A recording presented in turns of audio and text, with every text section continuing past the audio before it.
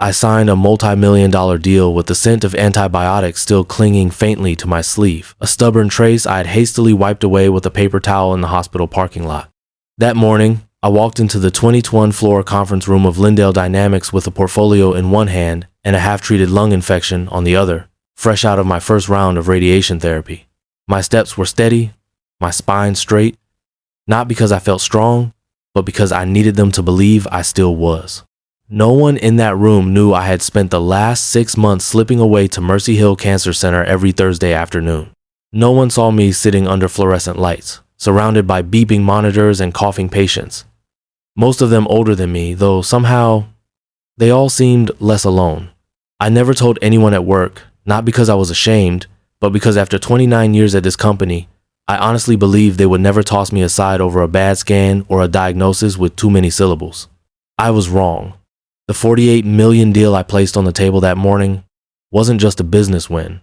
It was the last, fragile proof that I still mattered to the company, to the team, to myself. It had taken me 14 months, countless nights alone in my office hunched over pitch decks, while chemo fogged my brain and pain numbed my fingers. I never complained. I never asked for time off. I didn't have time for weakness, not when I was this close to something that could rewrite my legacy. Daniel Wexler, our CEO, hair neatly silvered, cufflinks always gleaming, entered the room without a smile, without even glancing at the contract I'd risked my health to land. Behind him walked Adrienne Cole, our newly promoted VP of Strategic Accounts, a woman with the right Ivy League resume, the right dinner party connections, and apparently the right timing. I remember the way the sunlight caught the rim of Daniel's glasses as he sat down and said, almost casually, "We need to talk about restructuring." And just like that, I felt something in my chest tighten, not from illness, but from understanding. This wasn't a celebration. It was an execution. And the worst part, they thought I wouldn't see it coming. As I slid the final contract across the glass table, the room remained unnaturally silent, no applause, no nods of approval, not even the courteous small talk that usually follows a major win, just the soft hum of the AC and the muffled city noise 30 floors below. I sat there, watching Daniel Wexler, our CEO, lower himself into the leather chair across from me, his fingers neatly folding together as if preparing to deliver a weather report instead of a life-altering decision. Adrienne Cole, ever polished in her navy blazer and perfect posture, hovered just behind him, her expression unreadable, save for a flicker of satisfaction she didn't bother to hide. "Marianne," Daniel began, avoiding my eyes as he reached into a folder. "We appreciate everything you've done for Lindale, but the board has made a decision. We're restructuring our leadership to align with the company's new direction." At first, I didn't fully understand. My brain, still cloudy from the after effects of radiation, tried to reconcile his words with the moment we were in. I had just secured the largest enterprise deal in the company's history, $48 million. A partnership I'd spent over a year nurturing, all while fighting stage 2 lung cancer behind the scenes. Surely this wasn't how things ended. He slid a sheet of paper toward me. Severance terms, effective immediately. Adrienne stepped forward. "I'll be taking over the Evercore account," she said smoothly, as if that had always been the plan, as if I were merely a placeholder in someone else's story. They'll benefit from my background. I've worked with institutions like theirs before. What she meant, of course, was that her MBA from Stanford and her connections from country club mixers made her more appealing than a 57-year-old woman with a nursing degree turned business strategist and a resume built on grit rather than pedigree. I looked down at the paper in front of me, the letters swimming on the page as my pulse pounded in my ears. I wasn't being thanked. I wasn't being honored. I was being erased. 18 months of work, sacrificed nights, missed family dinners, silent chemo sessions in between client meetings, none of it mattered. Not the millions I brought in, not the promises I'd made and kept. I was no longer fit for the direction they were heading. I had become inconvenient, replaceable, too old, too tired, too sick. I heard Adrienne's voice again, faintly, as she spoke about executive presence and alignment with long-term goals, and I suddenly realized I was no longer in the conversation. I had become a footnote. An obstacle to be handled with a generous severance package and a polite smile. But what they didn't know, what they couldn't possibly have known, was that 2 weeks earlier, in a quiet office overlooking the bay, I had sat across from Ava Cortez, Evercore's CEO, and made a promise. Not a legal clause, not a contractual stipulation, but a human commitment. I'll only move forward if you personally stay on the account, she had said, her eyes locking with mine over the polished wood table. I'm investing in you, not your company. And I had given her my word. No one at Lindale knew. I'd kept that handshake private, sensing even then that my place in the company was less secure than the smiles around me suggested. That promise, quiet and undocumented, was my last safeguard, my silent anchor. I looked up from the severance papers and saw Daniel watching me, perhaps expecting outrage or pleading. Instead, I reached for the pen, signed with a steady hand, and pushed the folder back across the table. Then I smiled, not out of joy, but out of clarity. They had no idea what they'd just done. That afternoon, as I packed the framed photo of my late husband and the small wooden box where I kept my pain medication, I noticed how quickly the office forgot me. Colleagues passed by without a glance. My team, the one I'd mentored from interns to directors, said nothing, perhaps unsure, perhaps afraid. It was as if I'd already been gone. I walked out with a single box in my arms and a quiet fire in my chest, not just from the cancer, but from something deeper, the understanding that loyalty, in the corporate world, is too often a one-way street. When I got home, I fed my cat, watered the overgrown aloe by the window, and heated leftover soup in the microwave. The silence of the apartment was deafening, but it gave me space to think. I opened my phone to find a message from Ava. Looking forward to Monday's kickoff. My team's excited. Of course, they didn't tell her. Lindale planned to celebrate the contract tomorrow, cut me today, and only inform Evercore after the cameras had flashed. It was a strategy, cold and calculated. But they had forgotten the one thing they couldn't erase, my word. I hovered over my keyboard, debating whether to warn her. One text and I could bring their whole plan crashing down, but then I paused. Some betrayals need to be seen to be understood. Some lessons, I thought, have to hit the boardroom like a brick through glass. So instead of interfering, I smiled, set the phone down, and waited. Because they hadn't just fired an employee. They'd fired the one person who held the entire deal together. And by Monday, they were going to find out exactly what that meant. That weekend, I let the silence settle. I didn't call Ava Cortez, didn't draft an email, didn't even hint that something had shifted. Instead, I went about my life as though nothing had changed. Even though everything had, I cleaned the refrigerator, folded laundry that had piled up during weeks of late nights, and watered the dying fern on my kitchen windowsill, all while Lindale Dynamics prepared to celebrate a deal they had no right to own. The kickoff meeting with Evercore Systems was scheduled for Monday morning. Invitations had already gone out, press releases were drafted, and I imagined Daniel and Adrian rehearsing their smiles and toasts, ready to bask in the spotlight of a victory they had inherited, not earned. But what none of them knew, and what I had no intention of reminding them, was that the entire foundation of that deal rested on one condition: me. It had happened during a rainstorm 2 weeks earlier, in a corner office overlooking the bay. The sky was gray, the windows streaked with droplets, and Ava's voice was low but unwavering. She didn't wear the usual executive mask, no theatrics, no posturing, just a woman with vision, pragmatism, and a sharp instinct for people. "I need to know you'll be the one overseeing this, Marianne," she had said, her gaze fixed on mine as the rain drummed steadily behind her. "Not someone from your team, not a reassigned VP, you." I had hesitated. At Lindale, that wasn't how things worked. Deals were signed by people like me, but handed off to people like Adrian, polished, pedigreed, and politically positioned. But Ava wasn't just buying a service. She was buying trust. And in that moment, she made it clear she wasn't signing anything unless I was personally involved. So I gave her my word. It wasn't in the contract, not in writing, not part of any formal clause. Just a promise, one professional to another, sealed with a handshake and a look that said everything documents never could. I didn't tell anyone at Lindale because deep down, I suspected they wouldn't honor it, and now, after everything, I was glad I'd kept it between us.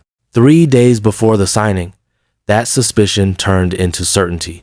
I had left my office door slightly ajar, a mistake, or maybe fate, and as I walked back from the break room, I heard voices floating from Daniel's corner suite. Adrian's voice was crisp, practiced, and laced with condescension. "She's not the right face for this kind of client," she was saying, referring to me as if I weren't a person but a hurdle. Evercore's executives are all from top-tier backgrounds. Marianne's resume won't exactly inspire confidence. I froze, the coffee cooling rapidly in my hand as I stood in the hallway, heart pounding. Daniel replied with that same detached tone he used in board meetings. "The board's concerned too. We've got a chance to reposition the company. Adrian has the polish, the network. This is the kind of move that puts us on the map long term. And we're bringing in a new head of strategy anyway," Adrian added. "Might as well hand this off cleanly." The pieces fell into place with sickening clarity. They'd never intended for me to see the deal through. They had used my illness, my age, my quiet nature as reasons to cut me loose the moment I delivered the goods. My success had been pre-packaged into someone else's promotion. I backed away from the door, every step trembling with a mix of rage and something even colder resolve. They thought I didn't belong in their world, didn't deserve the rewards of my own work, didn't have the pedigree to represent a client of Evercore's caliber, but they hadn't accounted for the one thing that still mattered: integrity. That weekend, I didn't send a single warning. I didn't contact Ava or hint that anything had shifted, because I understood something they didn't. Sometimes the most powerful revenge is silence. Not out of weakness, but because silence gives room for truth to reveal itself. I pictured the scene with almost cinematic precision. Monday morning, the glass-walled boardroom at Lindale decked out with branded banners and chilled champagne. Photographers waiting, the C-suite in their tailored suits, ready to announce their biggest win yet. And then, right on time, never early, never late, Ava would walk in, calm and precise as always. She'd look around the room once, then ask the only question that mattered. "Where's Marianne?" Daniel would falter. Adrian would step forward. They'd say I had moved on, or that leadership had changed, or that our best talent is working behind the scenes. But the damage would already be done, because Ava doesn't invest in smoke and mirrors. She invests in people, and I was the one she trusted. One simple sentence from her, "No, Marianne, no deal," would be all it took to unravel 18 months of effort. Not mine, but theirs. And I wouldn't have to raise my voice, send an angry email, or threaten legal action. I just had to wait. That evening, as I sat on my couch with a bowl of soup and a cat curled against my leg, I felt the first flicker of calm in weeks. It wasn't satisfaction, not yet, but something better. Clarity. I hadn't lost, I had been underestimated, and that mistake was about to cost them everything. The Monday that should have broken me did exactly the opposite. I woke at dawn, not to prepare for a kickoff call or answer a dozen emails before breakfast, but simply to sit at my kitchen table, sipping weak coffee while sunlight streamed through the blinds and silence settled around me like a blanket.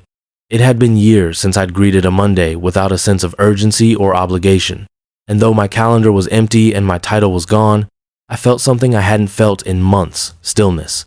And within that stillness, clarity. The phone began buzzing before 8. Missed calls, texts, emails, all from Lindale Dynamics. The first message was from Marcus Lang, their in-house counsel and one of the few people at that company who had treated me like more than just a resource. "You dropped a bomb in the boardroom," his text read, and I could almost hear the chaos behind those words, the confusion, the scrambling, the desperate attempts to regain control after Ava had stood in that decorated conference room and calmly refused to move forward without me. No threats, no anger, just a firm boundary rooted in trust. They hadn't told her about my departure. They'd assumed, arrogantly, that she would comply, that brand prestige and fancy suits would outweigh personal loyalty. They were wrong. I let the phone buzz and hum for hours as I went about my day refilling prescriptions, buying groceries, folding clean laundry, all while imagining the scene unfolding in their pristine offices, the champagne that was never poured, the photographers packing up unused equipment, the marketing team frantically recalling press releases before they hit the wires. I could picture Daniel, his silver hair disheveled, standing at the head of the table with that blank look he wore whenever something happened that wasn't in the plan. And I could picture Adrian scrambling to explain how she had lost a $48 million contract in under 5 minutes. By late afternoon, the calls shifted tone. They were no longer updates or questions. They were offers. Daniel himself left a voicemail, voice tight, a little breathless, asking if I might consider returning for a transitional role and assuring me that the board was willing to be flexible. Then came the follow-up, a text offering a VP title, salary triple my previous rate, a corner office, full autonomy over the Evercore account. I read it once, then again, before deleting it without response. Later that evening, as I sat watching the sun set behind the hills, my doorbell rang. I hesitated, unsure whether I was ready for more apologies I hadn't asked for, but when I opened the door, it wasn't a messenger or an assistant, it was Ava herself. She stood there holding a bottle of bourbon and 2 glasses, looking calm and composed as always. "You should have told me," she said as she stepped inside, not waiting for an invitation. I would have liked to walk in there more prepared. I offered a shrug, not out of indifference, but because I knew that no amount of warning would have changed what needed to happen. She placed the bottle on the counter and poured us each a drink. "They tried to sell me a contract without the person who made the contract possible," she said, clinking her glass gently against mine. Unbelievable. I told her about the calls, the offers, the desperation behind the sudden pivot in tone. "They're bleeding," I said. "Now they remember my name." She smirked, but there was something in her eyes beyond amusement, something like admiration. "They offered to bring you back, didn't they?" I nodded. "Everything but the moon." "And you said no." "I said they didn't value me when it mattered, and I won't help them now just because they're losing blood." Ava raised her glass again. "Good, because I have a better idea." And just like that, the conversation shifted.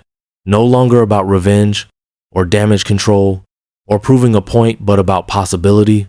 She spoke of a partner company, Solara Systems, led by a CEO she trusted, a man named Leo Maddox, who'd been trying for years to win her business, but had never quite been able to close the gap. "He's smart," she said, "but he lacks someone who understands enterprise clients, someone they'll trust." "You want me to work for him?" "I want you to build something with him," she said simply, "and I'll be your first client." The next day, I met Leo in a quiet rooftop cafe in Oldridge, a city smaller than Eastbridge, but buzzing with fresh energy. He was younger than I expected, but not in the way that made you feel dismissed or irrelevant. He listened intently, spoke plainly, and didn't once glance at his phone. When Ava's name came up, he smiled and said, "She trusts you. That's enough for me." I asked what he was really offering. He said, "Head of Strategic Growth, Equity, no games, no pedigree requirements, just results." "And what do you expect from me?" I asked. "To do what you've always done, build trust, deliver on promises, and show them all that you never needed Lindell's logo to prove your worth." Something shifted in me. Then a quiet click, as if an old lock had opened inside my chest. I hadn't just survived a betrayal. I was being invited to begin again, not out of desperation, but out of recognition. I didn't need revenge to be loud or cruel.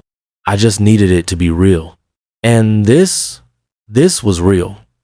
My first day at Solara Systems felt nothing like Lindell. No mahogany furniture, no velvet-lined corner offices, no stiff silences disguised as professionalism.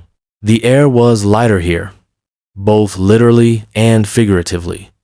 There was music playing low in the background, desks arranged in small collaborative clusters instead of territorial fortresses, and a kind of quiet energy that pulsed through every hallway, the feeling of something beginning, something real. Leo met me at the door with a simple handshake and a sentence I hadn't heard in years. "You don't need to prove anything. You already have." He handed me a modest access badge, pointed to an open desk near a tall window, and told me, "This is yours. Build it your way." And so I did. At first, it was just me and 2 others, a systems analyst named Jordan, who had left Lindell months earlier after being told she lacked the leadership presence for promotion, and a logistics coordinator named Greg, who had never made it past middle management because, as his last supervisor had phrased it, clients prefer someone with polish. What they really meant, of course, was that he wasn't young, loud, or flashy enough. But I didn't need polish. I needed grit.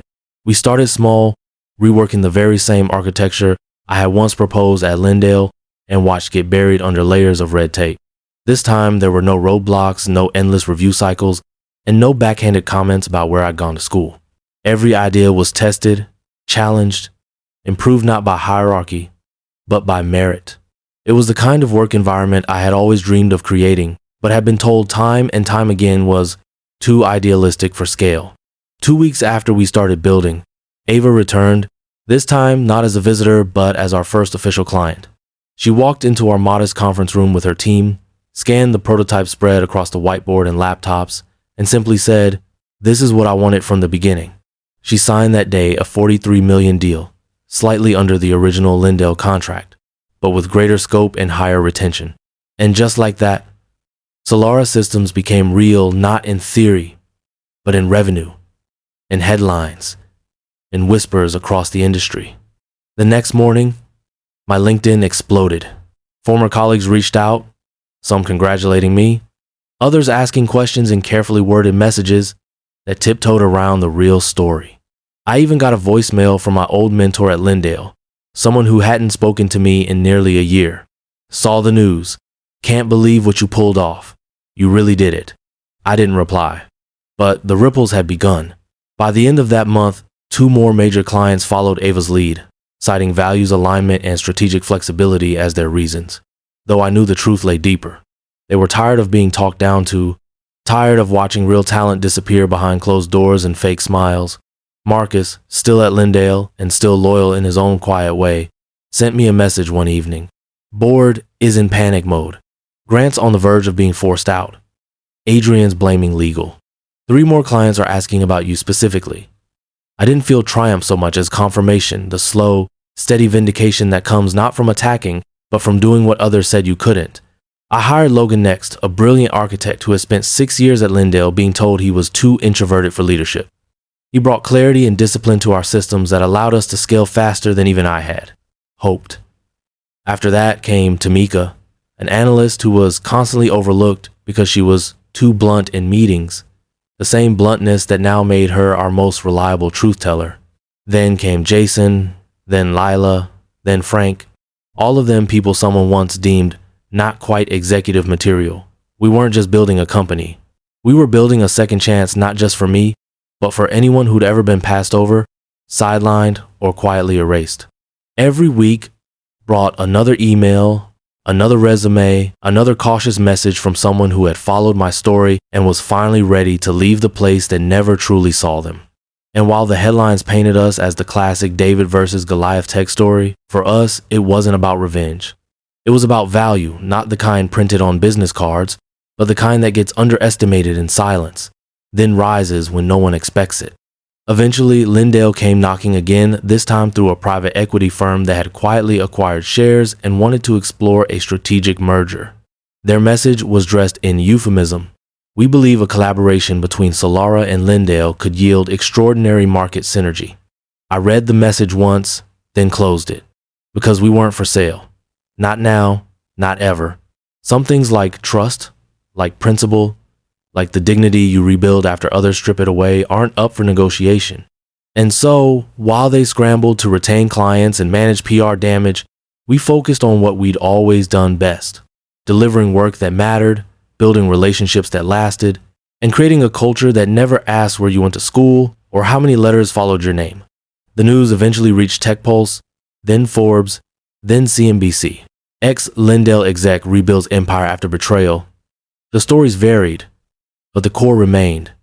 A woman they cast aside had quietly, steadily built something better. And by the time they realized it, we were already too far ahead to chase.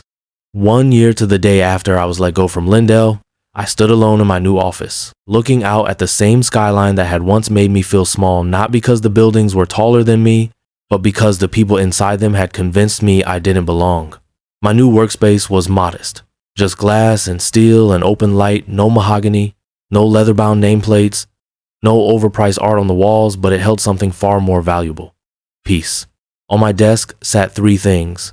A small framed note from Ava that read, "I keep my promises too." My old state college diploma, once mocked in whispered hallway conversations, but now proudly displayed where everyone could see it. And a data sheet, printed fresh that morning, showing quarterly results that had exceeded our most optimistic forecasts. Solara Systems wasn't just surviving, it was thriving, growing faster than any of us had dared predict when we first began, with little more than conviction and each other. The news had reached the industry faster than expected. Tech publications that had never returned my emails were now running headlines like, "Solara's rise redefines talent in tech," and "When loyalty leaves the room, the cost of losing real leadership." Meanwhile, Lindale's stock had fallen by nearly 60% over the past year, and acquisition rumors were circulating like sharks sensing blood. Blake, our head of operations and my closest ally in this new chapter, knocked on the glass and entered with 2 coffees, the same way he always did before board meetings. "Did you see the latest?" he asked, setting 1 cup beside me and pulling up a headline on his tablet. "Former Lindale CEO ousted after client exodus. Internal memo blames catastrophic judgment." I nodded, but there was no thrill in seeing that. No celebration in watching a house fall, even one that tried to burn me down first. "I suppose that's justice," Blake said. "No," I replied softly. "That's consequence. Justice is what we're building here." Later that day, as we prepared for our investor update, I looked around at the people gathered in our open floor meeting space, some in their 20s, others in their 60s, all of them different in background, but united in spirit. Logan, who had once been told he was too quiet for leadership, was now presenting innovations that Fortune 500 companies were calling industry-defining. Mara, dismissed from her last role for being too direct, was now shaping data strategies for international clients. We weren't a team built by pedigree, we were a team forged from being overlooked, underestimated, and dismissed. And we were proving, day after day, that real value isn't dictated by where you started, but by what you choose to do when no one's watching. One evening, long after the building had quieted and the streetlights outside glowed soft and steady, I received an email. The sender was familiar. Daniel Wexler. Subject line: "I was wrong." The message itself was brief. "I failed to see your worth. I see it now. I'm sorry." I stared at it for a long moment, not because it moved me, but because it reminded me how many years I had wasted chasing approval from people who only valued appearances. I didn't reply. Some bridges don't need to be burned, they simply don't need to be crossed again. Instead, I walked to the glass wall, looked out over the city, and thought about every client who stayed, every teammate who took a leap of faith, and every small victory that had led us here. I thought about the nights I cried quietly into my pillow, too exhausted from chemo to speak.